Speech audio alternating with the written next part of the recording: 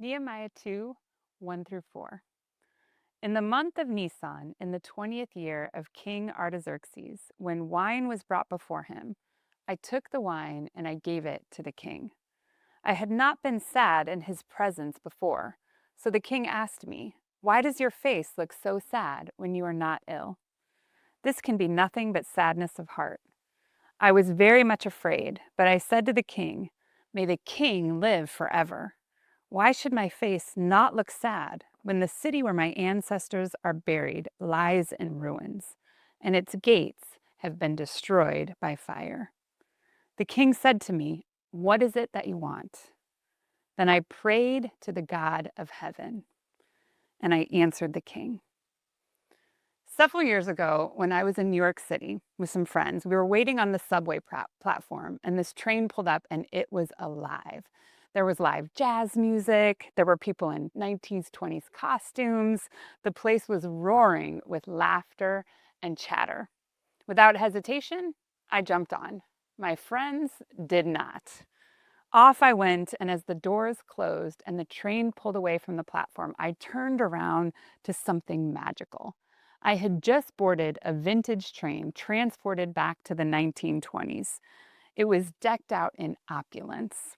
Meanwhile, my friends were racing around Manhattan trying to catch up with me. But here's the thing.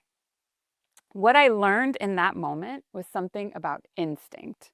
We all have those split-second moments where we act before we think, moments where instinct drowns out discernment. I wasn't processing what was happening in front of me. I literally just reacted. And while we might categorize instinct as like a primal biological drive for our survival, that it's just innate within us, the truth is instinct doesn't come out of nowhere. It's shaped by what we've practiced over time and what we trust most deeply. For me that day, my instinct was adventure, something that I'd honestly been doing most of my life. But in those moments, every moment doesn't call for action. Some moments call for alignment. It's those defining moments where our faith takes shape. That's why spiritually, God invites us to train our instincts towards prayer.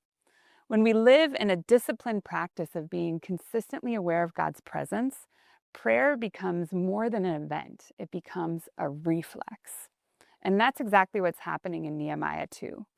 The king says to Nehemiah, "What do you request?" And his response is, "I prayed to the God of heaven, and then I answered the king." In that moment, Nehemiah didn't have time for a long, formal prayer. He's literally standing in front of a king with so much power that he could have killed Nehemiah simply because he looked sad in his presence. But when the question came, "What do you want?" his first instinct was to pray. That one quick breath between question and response changed everything. Nehemiah's prayer wasn't eloquent, it wasn't prepared, but after months of private prayer that came before him, he was ready in that public moment. It's a reminder that prayer isn't only about those quiet mornings with a warm cup of coffee and our Bible on our lap. It's about those micro moments where we call out, "God, help me." When a conversation turns tense, when we face a decision that carries weight, when we feel fear rising before we speak or act. Prayer becomes our first response, not our last resort. And honestly, we need that kind of reflex in our city right now. Chicago is carrying a lot of tension, fear, frustration, compassion, confusion.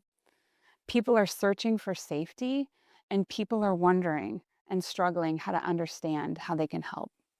In moments like these, our city doesn't need panic. It needs people who pause and pray. Before we speak out of anger, before we make assumptions, before we decide it's too complicated, what if we stopped and said, "God, how can I see this with your heart?" Prayer in the moment doesn't make the problems disappear.